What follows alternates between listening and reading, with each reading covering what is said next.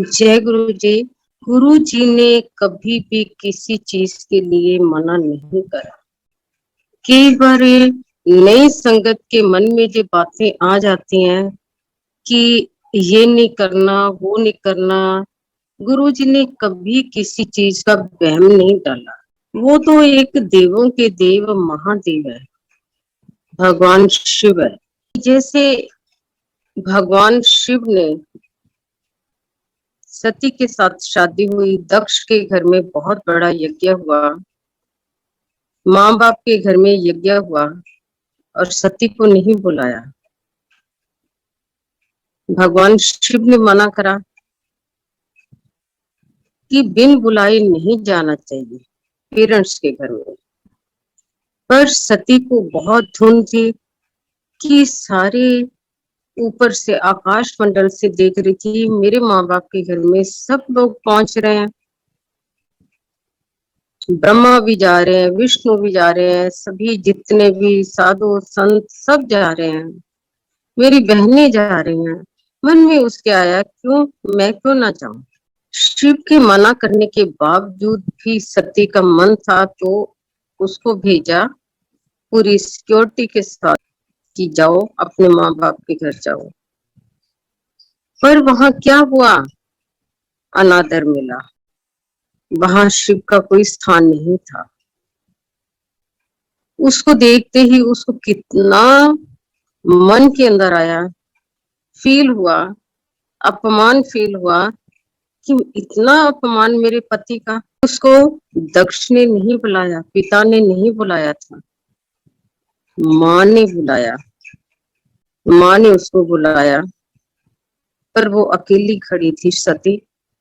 दक्ष ने उसको कितने अपशब्द कहे शिव के विरोध में कि शिव क्या है, कुछ भी नहीं है, तो हम उसका स्थान क्यों दें। उसके बाद परिणाम क्या हुआ, उसी यज्ञ के अंदर शिव तो अंतर्यामी थे, वो सब कुछ देख रहे थे कि क्या हो रहा। वो भी बर्दाश्त नहीं कर पाए कि मेरी पत्नी का ऐसे अपमान हो। उसी यज्ञ के अंदर सती ने अपने आप को भस्म करा और उसी के जो खंडित टुकड़े हैं, जहां जहां भी गिरे वह मैया विराजमान हुई। चाहे वो चिंतपूर्णी है, ज्वाला जी है, चामुंडा है, कामाख्या देवी है, जितनी भी देवियां, 9 देवियां हैं, जितनी जहां जहां भी उनके अंग गिरे वहीं मैया विराजमान हुई। तो इससे एक तो हमें ये भी सीख मिलती है कि असली घर हमारा जो है वो हमारा पति का घर है, हमारा ससुराल असली घर है। पैदा जरूर पेरेंट्स करते हैं, पर जो असली घर है वो वही है। हमें बिना आज्ञा के, बिना बुलाए कभी भी नहीं जाना चाहिए, चाहे वो पेरेंट्स का घर क्यों ना हो। तो भगवान शिव की जितनी भी शिव पुराण है, अगर हम गहराई में सोचें, गहराई में देखें, तभी तो गुरुजी कहते थे शिव पुराण पढ़ो। उसके एक एक शब्द में शिक्षा है।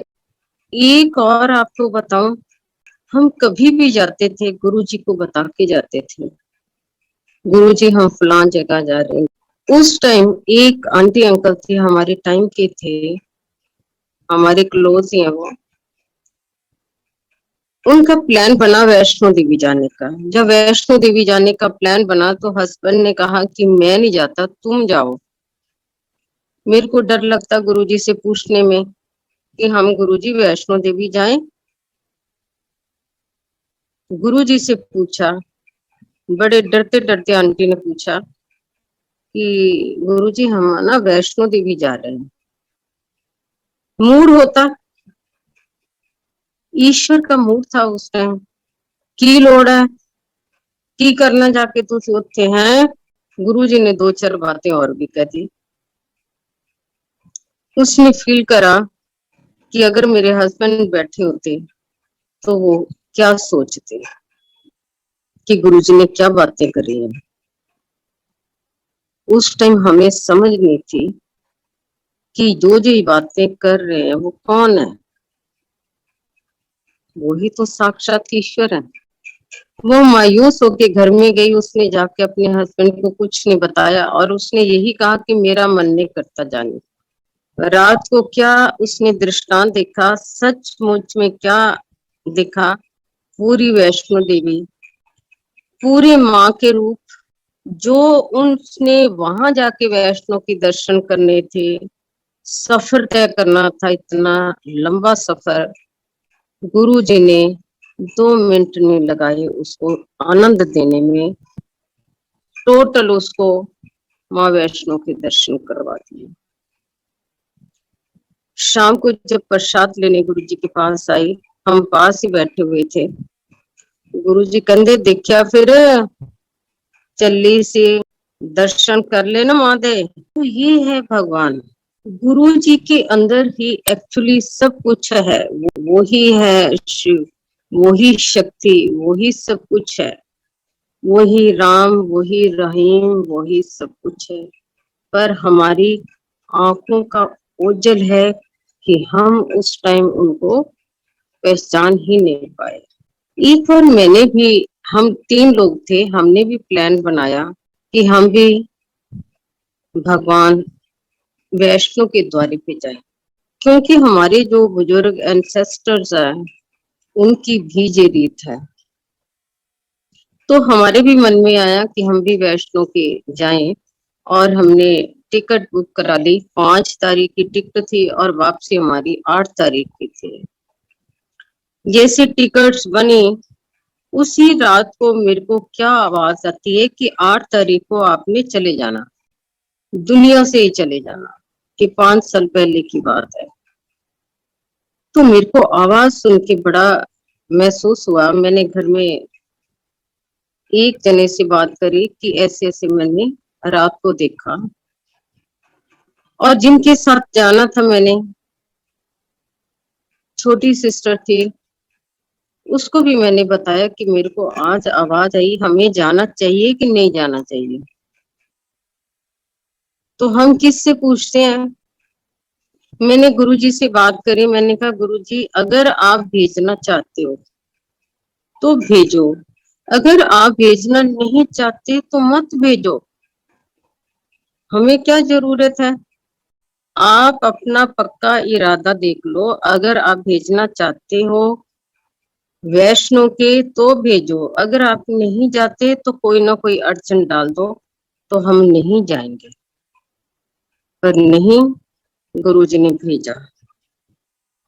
जब गुरुजी ने भेजा, हम 5 तारीख की फ्लाइट से गए, और जब हम वहां पहुंचे, कैसे फूलों की तरह गुरुजी ने हमें सफर करवा रहे हैं, आगे आगे लेके जा रहे हैं। कौन लेके जा रहे हैं? गुरुजी। वो कौन है गुरुजी? भगवान शिव। जैसे हम गए, वहां बुकिंग करवाई, रूम की बुकिंग कराई, तो रूम जो था हमारा, एक आदमी ने वहां आवाज दी काउंटर पे, कहते जी इनका 7 नंबर कर दो, 7 नंबर रूम नंबर। और हम मन में खुश हुए कि हैं, इस अंकल ने आवाज दे दी है कि 7 नंबर। और जब 7 नंबर के अंदर हम एंटर हुए, वो रूम पूरा गुरुजी की खुशबू से भरा पड़ा था। हम हैरान हो गए। जाके हमने वहां नाइट स्टे करी, मैया के दर्शन करे। जब हमारी 8 तारीख की वापसी थी, हमने टैक्सी करी, वो टैक्सी वाला भी बहुत अच्छा था, हमारा जानकार हो गया, फ्रेंडली हो गया। वो हमें जम्मू लेके गया। और जब हम वहां गए एयरपोर्ट पे, 4 बजे की फ्लाइट, और हम वहां 2 बजे पहुंचे। जब 2 बजे पहुंचे, 8 तारीख थी, और सुबह भी मेरे को पता था कि आवाज आई है कि 8 तारीख की। जब हम वहां गए तो जाके क्या देखा, हमने देखा कि वहां तो काउंटर पे कोई भी नहीं है। कभी हम कहीं किसी खिड़की में देखे, कभी किसी खिड़की में देखे, वहां कोई भी नहीं था। उसके बाद हम एक रास्ते से हम गए, अंदर एंटर हुए तो एक पर्सन बैठे हुए थे। उनसे कहा जी खिड़कियां क्यों बंद है? कभी हमने तो आज तक नहीं देखा कि ऐसे खिड़कियां बंद हो। हमने कहा हमारी फ्लाइट है, ये देखो हमारी टिकट है। वो कहते जी फ्लाइट तो आपकी जा चुकी है। हमने कहा ऐसे भी कभी होता कि फ्लाइट चले जाए, हमारी 4 बजे की फ्लाइट है और ऐसे कैसे हो चल, ये टाइम देखो कितना 2-2:30 बजे का टाइम है। नहीं जी, फ्लाइट चल गई आपकी। तो हमने कहा फिर हम कैसे करें? वो कहते जी आपकी फ्लाइट कल 11 बजे की। हम तो इतने हैरान हुए। वो कहता जी हमने मैसेज दिया था आपको, आपने पढ़ा नहीं है। हमने सारा उसको खोल के दिखाया कि हमारे पास कोई मैसेज नहीं है। कभी हमने लाइफ में पहला चांस देखा कि एयरपोर्ट पे खिड़कियां बंद है और कोई भी बंदा नहीं नजर आ रहा। हम फौरन बाहर आए। उसने कहा कि अगले दिन 11 बजे की सुबह की फ्लाइट है, 9 तारीख की। बाहर हमने टैक्सी वाले को फोन करा क्योंकि वो जा चुका था। जब टैक्सी वाले को हमने दोबारा वापस बुलाया, भाई हमारी तो फ्लाइट का पता नहीं, कुछ समझ नहीं आ रही, तो आप हमें बताओ कैसे करना। वो कहते जी आप गाड़ी में बैठो, मैं आज आपको बहुत ही अच्छी जगह लेके जा रहा हूँ टाइम पास करने के लिए। हम बैठ के गाड़ी में उस आदमी के जो सबसे पहला शब्द चला वो गुरुजी के शब्द चले। जितना ऑन द वे शब्द चले वो गुरुजी के शब्द चले। वो पता नहीं कहाँ से उस आदमी ने शब्द चलाए और कहाँ से वो शब्द आए गुरुजी के। वो हमें लेके गया एक गुरुद्वारे के अंदर। गुरुद्वारे में लेके गया, उसने कहा कि जहाँ सोनी महवाल का के नाम से जो गुरुद्वारे मशहूर है, उस गुरुद्वारे के अंदर हमें ऐसा महसूस हुआ जैसे हम गुरु दरबार के अंदर आ गए। चाय प्रसाद मिली, लंगर मिला और ऐसे आनंद है। ये क्या था? ये सारी गुरु की महिमा थी। कई बारी गुरु जी कहते थे, इनको भी कहते थे, शर्मा मैं ता तेनू किन्नी बारी बचाया।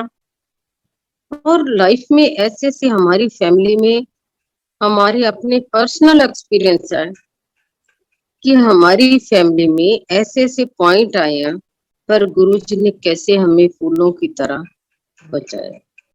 ये उस ईश्वर की महिमा। जब आप उनकी शरण में रहते हो, आप उनके कहने में रहते हो, तो उसके बाद गुरु जी का ही जिम्मेवारी बन जाती है कि मैंने इनको कैसे करना। गुरु जी की शरण में हम जब आए, हर संगत का मन करता है, पूछने का मन करता है कि गुरु जी कैसे थे, गुरु जी क्या खाते पीते थे,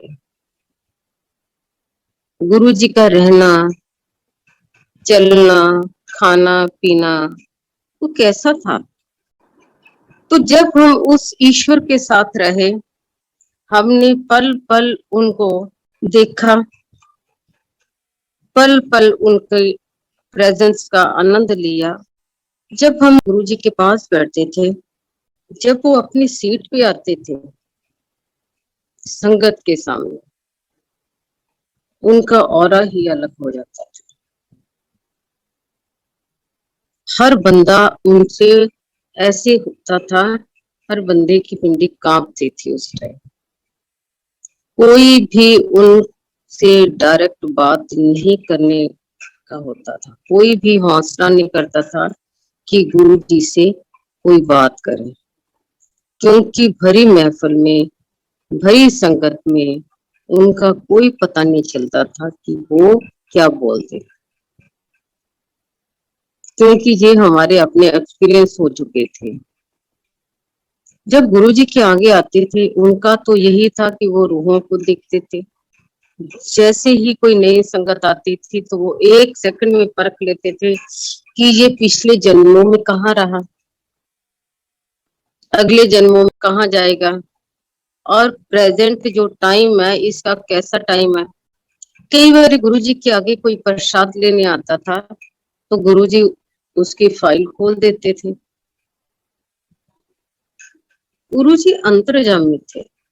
उनका कोई मूड का पता नहीं होता था, वो किसको क्या कह दें, और वो 101% करेक्ट होता था। पर संगत झेप जाती थी कि हैं, संगत के बीच में मेरी इंसल्ट हो गई है।